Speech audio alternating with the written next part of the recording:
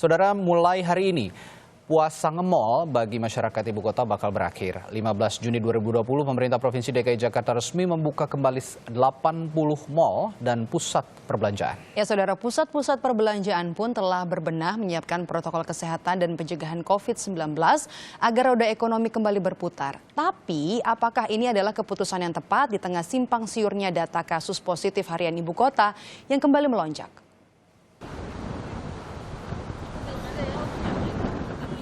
Mal-mal ibu kota telah berbenah.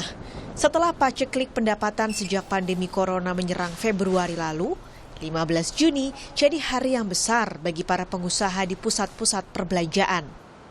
Ya, keputusan Pemprov DKI Jakarta untuk membuka kembali mal dan pusat perbelanjaan di masa PSBB transisi jadi harapan besar agar roda ekonomi Jakarta bisa kembali berputar. Tapi syaratnya tak mudah. Mal dan pusat perbelanjaan harus memangkas setengah dari jumlah pengunjung mereka. Jam bukanya juga akan lebih pendek, mulai pukul 11 siang hingga pukul 8 malam. Tak seperti sebelumnya, dari pukul 10 pagi hingga pukul 10 malam. Imbasnya, jumlah karyawan yang diperbolehkan masuk bekerja pun hanya setengahnya, karena mal belum beroperasi penuh. Sebagian bahkan sampai memodifikasi peralatan dengan teknologi tanpa sentuhan, meminimalisasi risiko penularan COVID-19. Syarat suhu tubuh di bawah 37,5 derajat Celcius, penggunaan masker dan jaga jarak sudah pasti mutlak dilakukan. Meski 80 mal dan pusat perbelanjaan di Jakarta kini dibuka, tak semua layanan di dalamnya bisa dinikmati pengunjung. Kami percaya bila pengelola pusat perbelanjaan disiplin, maka pengunjung akan ada rasa tenang. Kalau pengunjung ada rasa tenang, maka kegiatan perekonomian di pusat perbelanjaan akan bisa bergerak. Tempat bermain anak dan tempat permainan anak temporer belum boleh beroperasi. Yang kedua, tempat kebugaran atau fitness center juga belum boleh. Bioskop juga belum, kemudian pameran, pagelaran juga belum bisa, function hall juga belum bisa, resepsi dan lain-lain belum bisa digunakan. Kemudian juga para pemilik toko di mal juga menyiapkan sejumlah prosedur kebersihan dan kesehatan bagi para pegawainya. Pelindung wajah atau face shield, masker, sarung tangan, hingga pembatas mika bakal jadi pemandangan lumrah di mal. Sejak 5 Juni, DKI Jakarta telah memasuki masa PSBB transisi. Kegiatan peribadahan dan perkantoran mulai dijalankan meski dengan sejumlah pembatasan. Pertimbangannya adalah jumlah kasus yang saat itu dinilai mulai melandai. Kelebihan yang dimiliki oleh tim DKI, yaitu pada epidemiologi informatics, sehingga petugas-petugas kita mampu mendeteksi pergerakan penularan. Dan ini seperti berlomba, mendeteksi, memilah, mengisolasi, melakukan treatment, itu semua dilakukan dengan menggunakan data yang lengkap. Jadi, dari semua data itu, kita sampai kepada beberapa kesimpulan. Saya ingin sampaikan yang pertama, terkait dengan nilai RT atau reproduksi virus atau dalam wabah ini, yang alhamdulillah turun terus.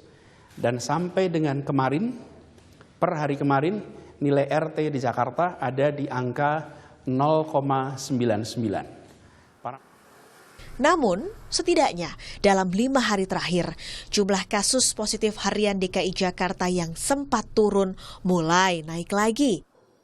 Kami akan bandingkan data penambahan kasus positif COVID-19 harian DKI Jakarta yang bersumber dari Kementerian Kesehatan yang diumumkan Gugus Tugas COVID-19 Nasional dengan data dari Dinas Kesehatan DKI Jakarta yang dicantumkan dalam situs corona.jakarta.go.id. 8 Juni, Kemenkes mencatat 89 kasus baru, Dinkes DKI Jakarta mencatat 194 kasus baru. Tanggal 9, Kemenkes mencatat 232 kasus baru, sementara Dinkes DKI Jakarta hanya 187. Tanggal 10, Kemenkes mencatat 157, DKI 129. Berikutnya, tanggal 11, Kemenkes mencatat 128 kasus baru, sementara data Dinkes DKI Jakarta hanya 76. Sebaliknya, tanggal 12 Juni, Kemenkes mencatat 93 kasus baru, DKI 120. Organisasi Kesehatan Dunia dalam laporan situasi yang dirilis tanggal 10 Juni lalu juga menyorot soal data hasil pemeriksaan COVID-19 di Indonesia yang terlambat dan tidak menggambarkan jumlah orang yang terinfeksi pada hari yang sama. Dalam laporan itu, WHO menyebut pelaporan konfirmasi hasil tes bisa membutuhkan waktu hingga 1 pekan dari waktu pemeriksaan, sehingga analisis kurva epidemiologi terhadap angka-angka tersebut harus dilakukan dengan sangat hati-hati. Tim Liputan, Kompas TV. Dan untuk membahas lebih dalam, kita segera bergabung dengan Doktor Bidang Kesehatan Masyarakat dan Perilaku sekaligus juga koinisiator lapor covid19.org Irma Hindayana lewat sambungan Skype. Selamat siang Mbak Irma dengan Maidop. Selamat siang Mbak Maidop, apa kabar? Baik Mbak Irma, saya mau tanya dulu, bagaimana Anda melihat pelonggaran pembatasan ini? Bahkan hari ini 15 Juni juga sudah dibuka, ada 80 mal di ibu kota, di beberapa wilayah di Indonesia juga sudah mulai. Yang hari ini sudah membuka pusat perbelanjaan, mal, dan setelah sebelumnya juga ojek daring dan juga ojek pangkalan kembali boleh mengangkut penumpang. Apa yang Anda lihat? Sebenarnya ada beberapa data yang mesti kita lihat lagi juga, seperti tadi sudah disampaikan oleh tim redaksi Kompas TV. Tetapi kalau sekarang ini karena semuanya sudah dibuka dan mau nggak mau masyarakat harus mengikuti regulasi yang ada, jadi pada akhirnya masyarakat harus melindungi diri sendiri ya. Perilaku hidup bersih dan sehat itu harus senantiasa melekat dalam diri setiap warga. Jadi menggunakan masker, mencuci tangan sesering mungkin dengan sabun, kemudian jika nggak ada sabun jangan pakai hand sanitizer dan juga menjaga jarak, itu harus otomatis. Secara tidak langsung itu adalah kalau bahasanya Dr. Pandu Riono itu adalah vaksin bagi diri kita sendiri. Jadi selagi vaksin virus corona ini belum ditemukan, jadi yang bisa dilakukan oleh masyarakat adalah melindungi dirinya sendiri. Proteksi diri.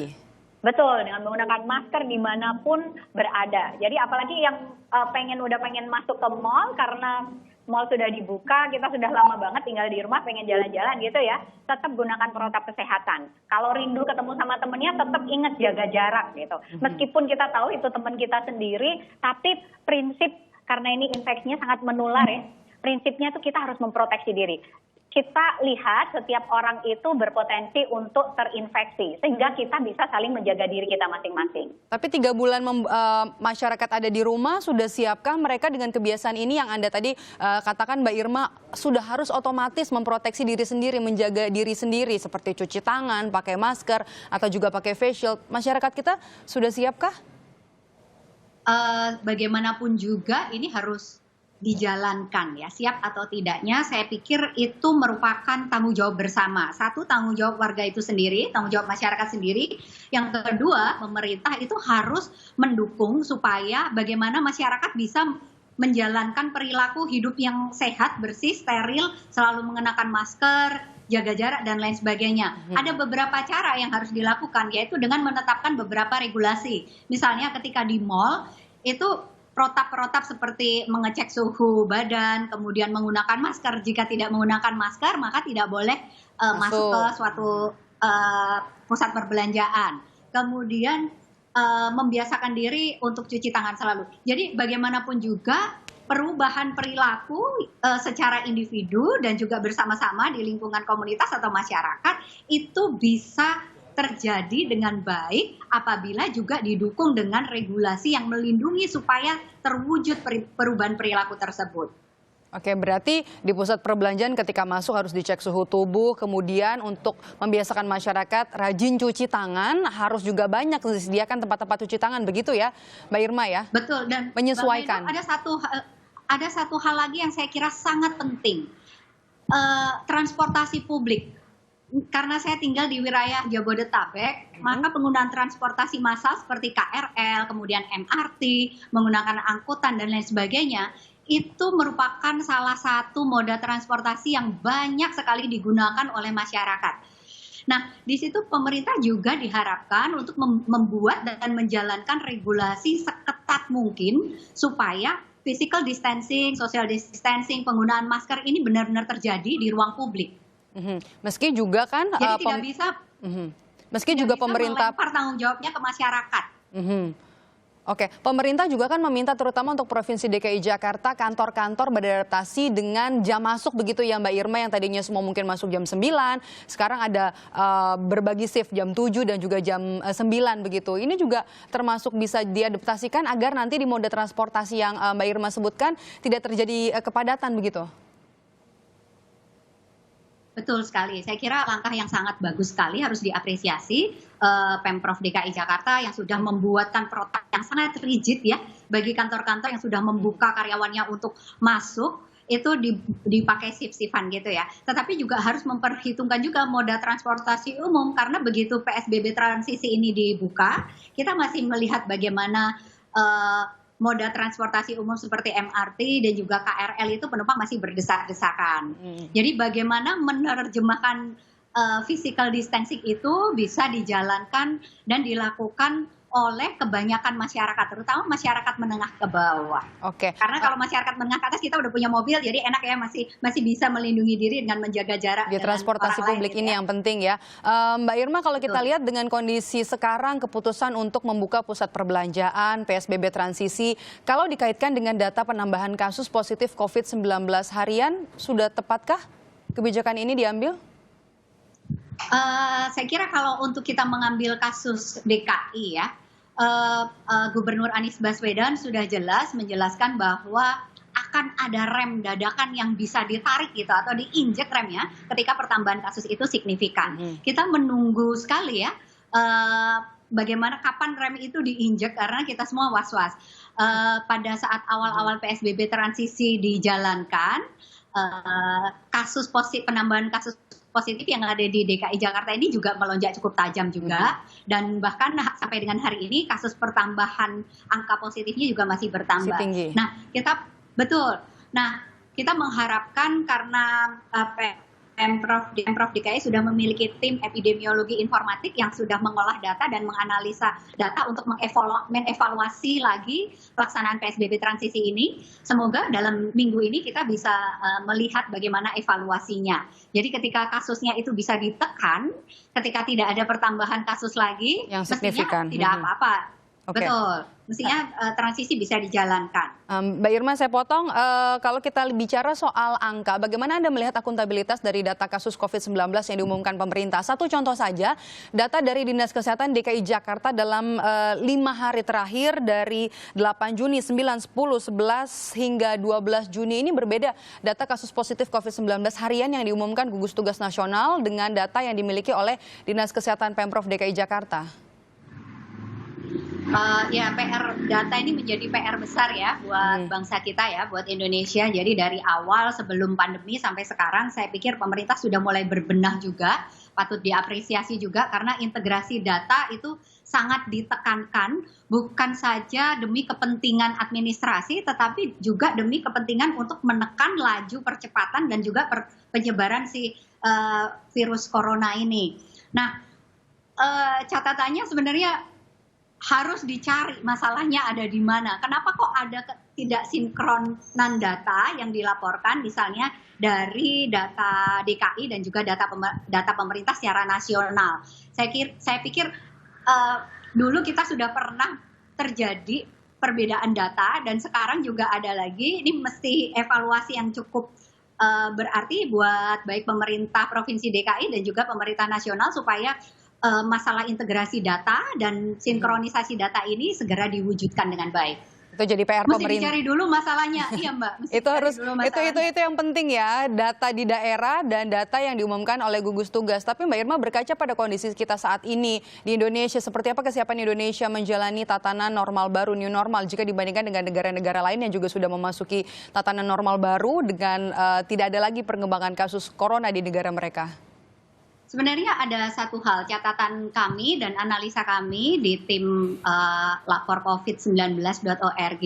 Kami ada sekitar 150-an relawan dan juga puluhan kolaborator epidemiolog dan juga peneliti sosial. Kami bersama-sama dan juga bekerja sama dengan pemerintah daerah, juga pemerintah provinsi, juga pemerintah pusat juga. Kami menemukan bahwa sebenarnya masalah keterbukaan data dan juga keterbukaan informasi tentang jumlah tes PCR yang dilakukan di setiap daerah ini harus benar-benar didorong bersama. Karena begini Mbak, sekarang ini yang kita tahu adalah jumlah pertambahan kasus positif COVID-19. Tetapi sebenarnya kita mesti bersama-sama mengedukasi masyarakat bahwa angka kasus positif atau angka pertambahan kasus COVID-19 itu tidak bisa dilihat secara mandiri. Kita itu menemukan kasus apabila kita melakukan tes PCR. Apabila tidak dilakukan tes, maka kita nggak akan pernah menemukan kasus. Ya kan? Betul. Nah, semakin banyak tes dilakukan, maka semakin banyak pula kemungkinan kasus yang akan ditemukan. Kalau kita bicara kasus, berarti angka positif COVID-19. Nah, jadi yang perlu dilakukan adalah kalau WHO itu memberikan rekomendasi bahwa dalam untuk melakukan tes itu 1 per 1.000 penduduk per minggu. Kalau bisa kita taat atau kalau bisa kita memenuhi target itu. Itu standarnya. Tapi betul itu standar minimalnya. Tetapi mengingat Indonesia ini negara yang cukup besar, kita punya sumber daya manusia, sumber Penduduknya daya banyak. kesehatan. Betul sekali. Secara demografi juga kita berbagai kepulauan. Saya pikir pemerintah harusnya bisa membuat keputusan yang tepat untuk melakukan jumlah tes PCR yang proporsional dengan populasi masing-masing wilayah. Nah, ini harus dilakukan dan bukan hanya dilakukan, tapi data atau hasilnya itu harus dipublikasikan. Kita kan setiap daerah dan setiap wilayah serta situs COVID nasional di Indonesia itu sudah menjelaskan ya jumlah pertambahan kasus positif berapa hari ini, yang meninggal berapa, kemudian yang sembuh berapa. Yang belum dilaporkan adalah berapa jumlah tes PCR yang sudah dilakukan di setiap wilayah, di setiap kabupaten, di setiap provinsi, itu jumlah tes PCR-nya berapa. Sehingga jika kita sudah mengetahui jumlah tesnya, kita tahu tesnya ini seberapa besar, angka positifnya dari tes COVID-19 ini berapa. Takutnya justru di Jakarta banyak tinggi karena banyak dilakukan tes, sementara di daerah lain belum ada tes, begitu ya? Takutnya begitu ya Mbak? Betul. Khawatirnya begitu? Betul betul sekali. Dan satu lagi yang penting adalah WHO menjelaskan salah satu syarat penting untuk melonggarkan PSBB atau lockdown itu adalah ketika jumlah tes PCR COVID yang dilakukan di suatu daerah itu hanya 5% saja dari total yang dites itu positif. Di Jakarta sendiri menurut laporan WHO itu angka positivity rate-nya itu 8,5. Jadi itu masih di atas 5%. Sehingga ini masih belum bisa memenuhi syarat untuk melonggarkan apabila kita mengacu pada panduan WHO. Baik, terima kasih sudah memaparkan begitu banyak informasi kepada kami siang hari ini. Doktor Bidang Kesehatan Masyarakat dan Perilaku sekaligus juga koinisiator dari laporcovid.org, Mbak Irma Hidayana telah bergabung bersama kami di Kompas siang hari ini. Terima kasih.